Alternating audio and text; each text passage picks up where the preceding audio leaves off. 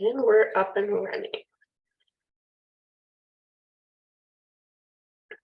So I want to welcome you to today's chat on autosuggestion. So I want to start off with a quote from Napoleon Hill. He says, "You become what you think about." And I want you to reflect on this as we move through today's content. What is it that you are thinking about all day? Is it possibly affecting the way that you show up, the way that you speak, the way you act, and the results that you're getting? I like to start off with a very important reminder. I share this knowledge with you to help you grow your awareness. We're not allowed to beat ourselves up or hate on ourselves for not knowing any different. We are always doing the best that we can with our current level of awareness. So let's dive in. Throughout our time together, we will be answering these 4 questions regarding autosuggestion. 1, what is autosuggestion? 2, what is the science behind autosuggestion? 3, why it's important to understand and use it. And number 4, how can you benefit from using autosuggestion? So if you're on live with me, or if you're on Facebook watching, I encourage you to write in the chat or in the comments, how would you define autosuggestion? I see who's with me on Facebook.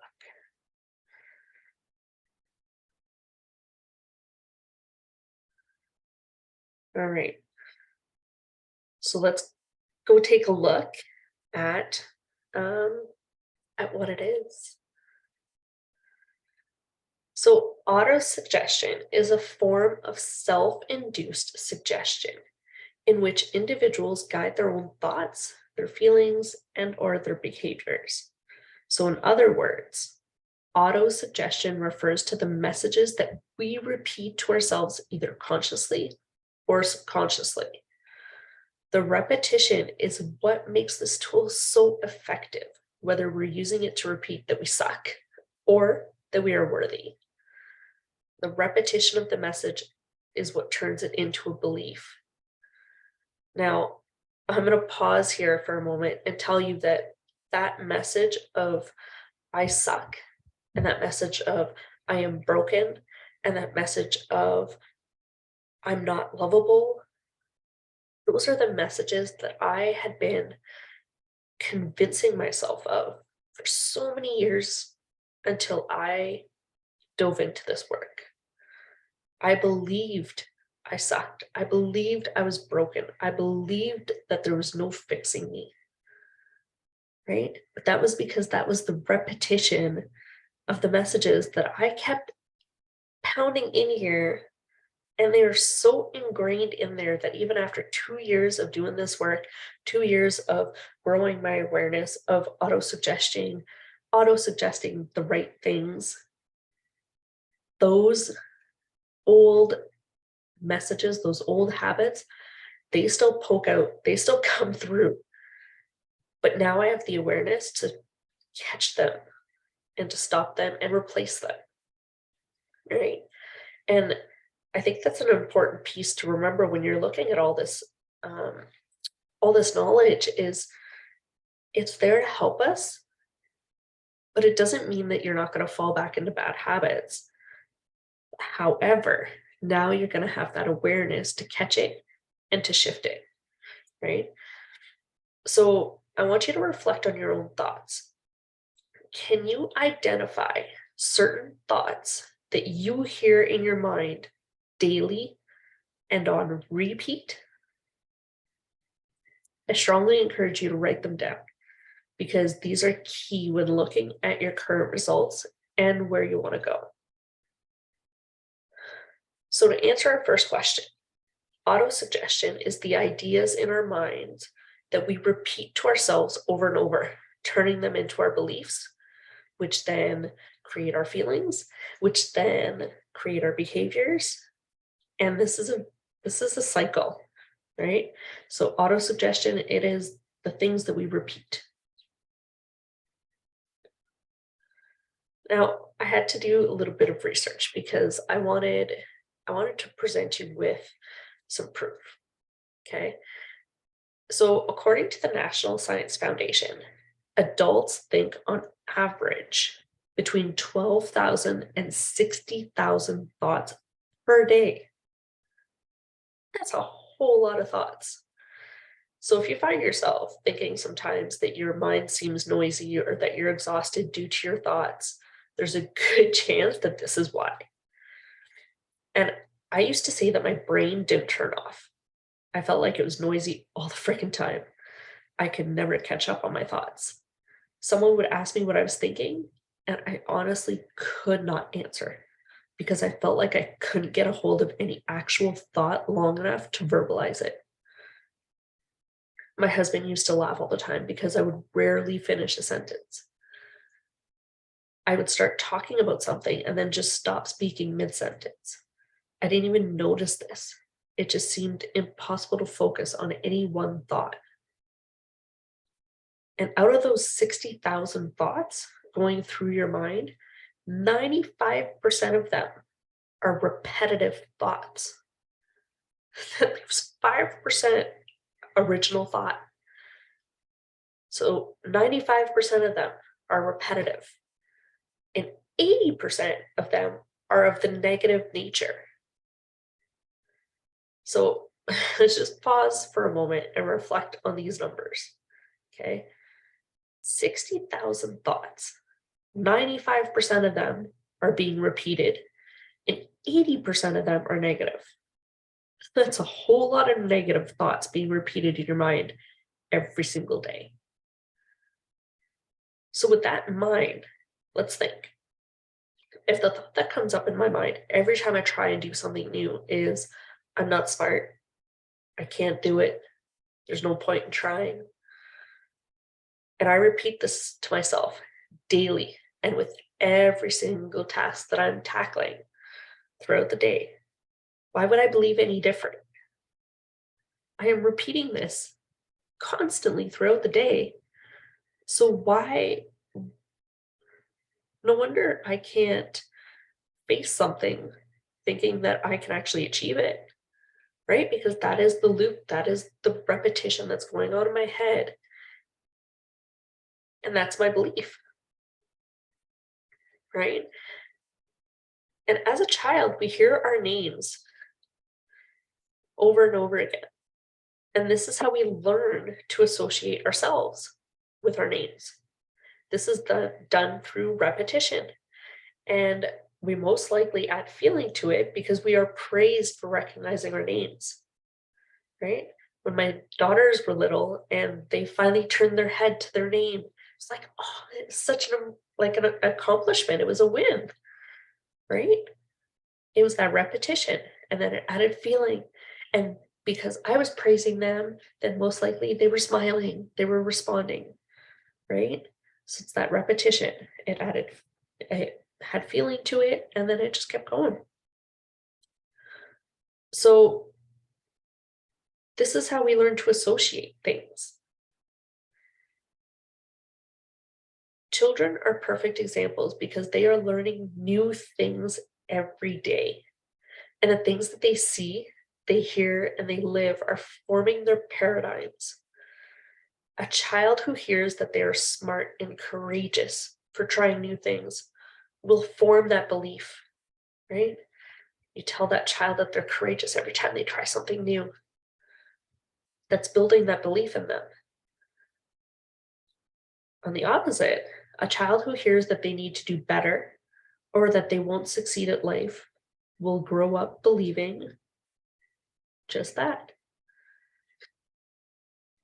As an adult now, there's a sense of freedom in being able to reflect on my own beliefs and being able to connect the dots backwards to where they stem from. I find that sense of freedom because it allows me to break free from those beliefs that don't serve me anymore.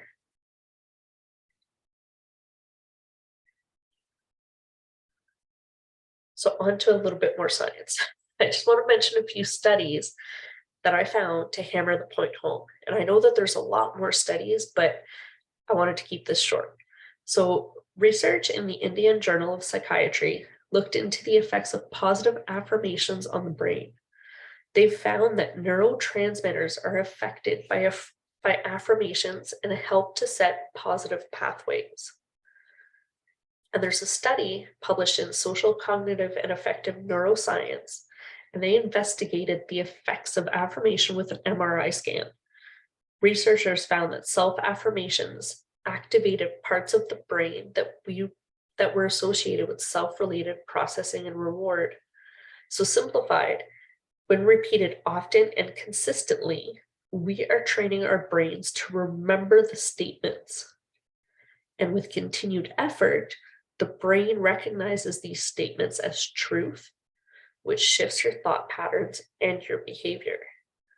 So the more that you repeat it more often and the more consistent you are with it, you're training your brain to remember these things.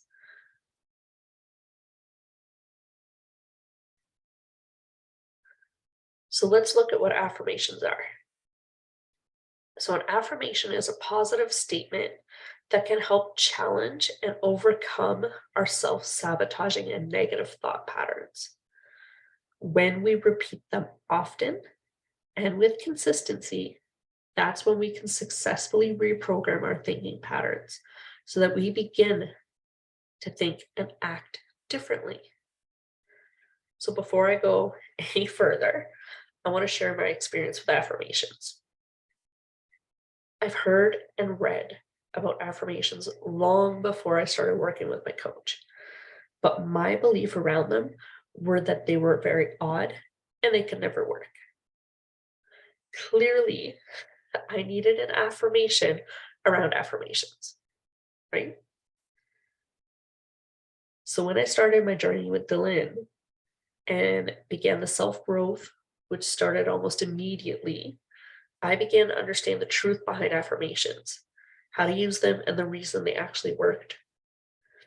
My first affirmation was that I was worthy. Not more detailed or specific than that, but I wrote it on Post-its and I placed them around my home and work.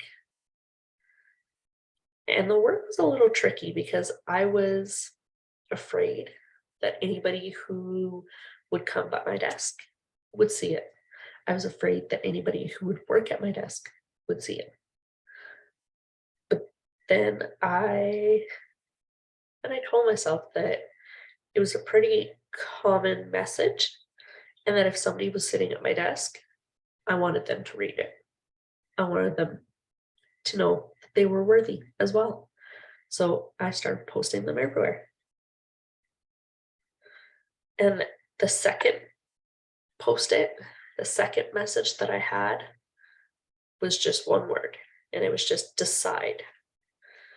Because a few keywords that I would use constantly, and it took Delanne a long time to, well, not a long time. It took her a few months to get me out of that habit.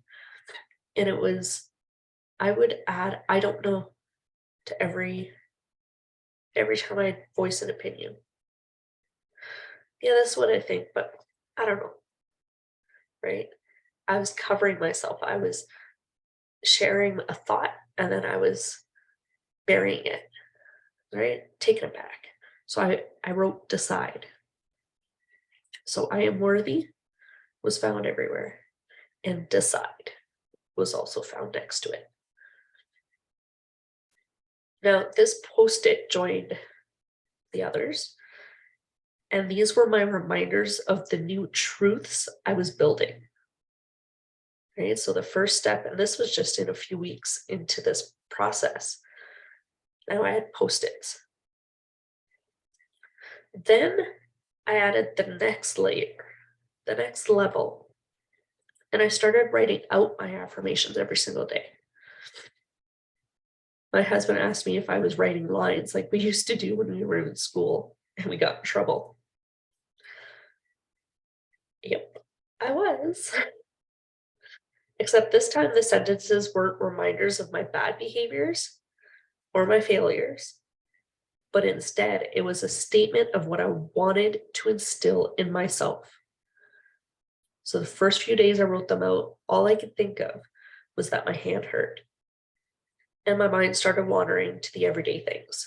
What do I need to do? What are we having for supper? Oh, look at that. I need to do that. Oh, I didn't read this. Let's go look at this. Right? My mind was everywhere because I couldn't turn it off at that point. I still didn't know that there was a way to turn it off.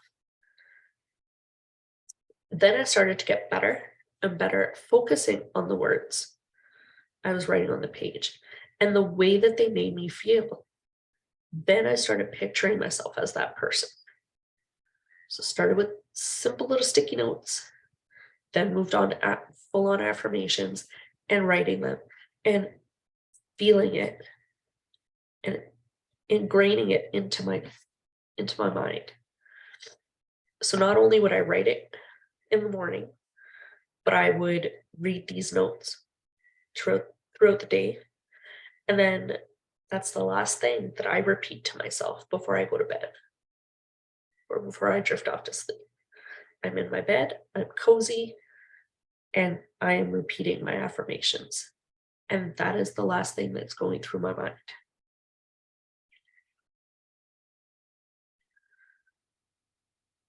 So far, we have answered the first 3 questions.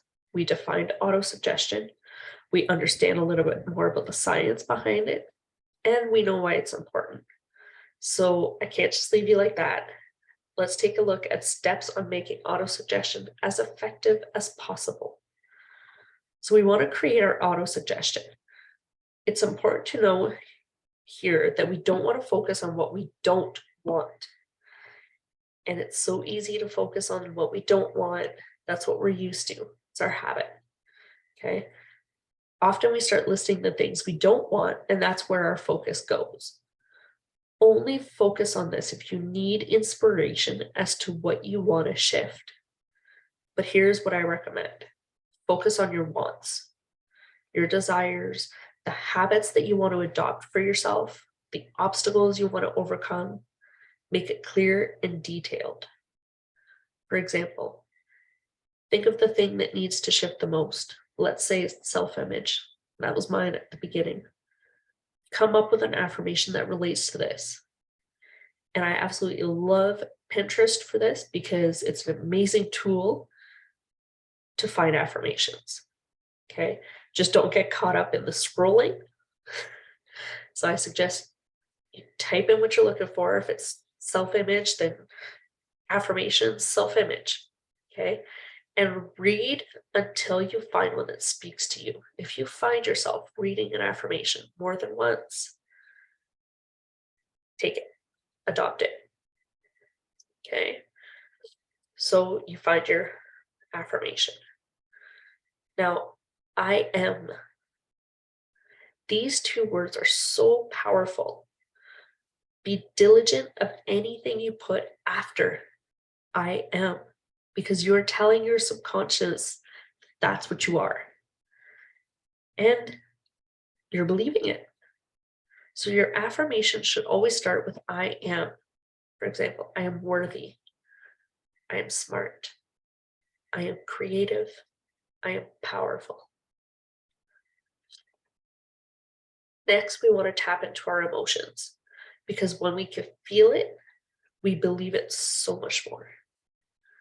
So imagine yourself as the person who believes what you're writing or repeating out loud.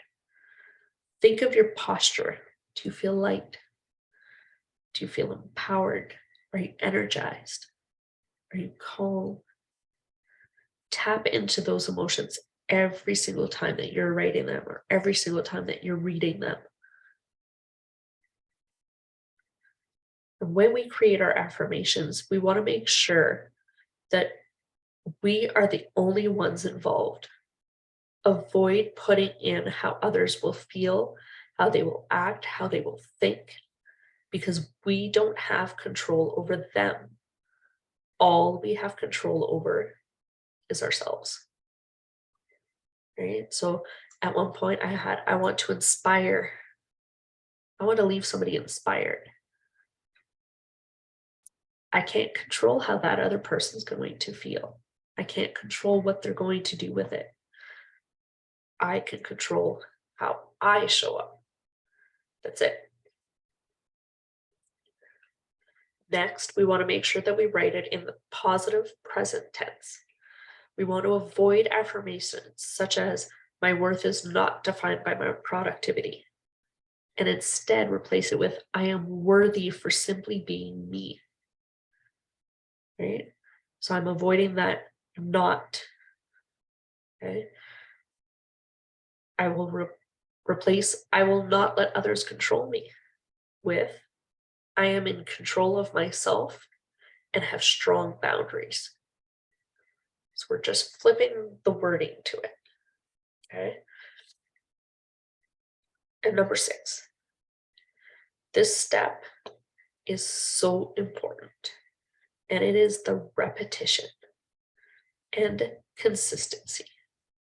So when I first learned that I had to write my affirmations 100 times a day, I disconnected real quick, partially because of my limits that I had put in my head, and in part because I was still recovering from a painful injury to my right hand and wrist. So I decided I would start with 1 page. I bought a smallish notebook. It was about the size of a book, right? So not the really big ones. I went for the small one. And I decided to write 1 page every morning. And I did. And I still do. Sometimes I would write 2 pages, depending on the kind of mood I was in and my level of need that day. But every morning I would write them out, and they would change according to what I was working on and what I needed. So this habit has been extremely helpful for me. I've even relied on it to help me get out of panic attacks at work. I get into that state where I didn't know what to think, what to do, and felt like everything was frozen. But my mind just released everything at once and blended it together.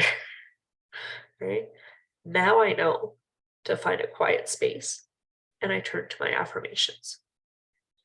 If I can, I sit on the floor and I focus on a specific spot on the wall. That's what grounds me. Then I start repeating my affirmations in my head. Sometimes I whisper them so I can hear them. And in those moments, my go-to affirmation is, I am safe. I am in control of my thoughts, my emotions, and my actions. And I repeat them until I gain control back of my mind, my breathing, and my body. So I sit there, I focus, and I repeat. And as I'm repeating, I can feel my body releasing the tension. I can feel how safe I feel. I can feel in control. And that's what snaps me back. It is the power of these affirmations, the power of suggesting to myself, telling myself how to feel, what to think. I never thought I had the power to do that. I thought my mind was just doing its own thing.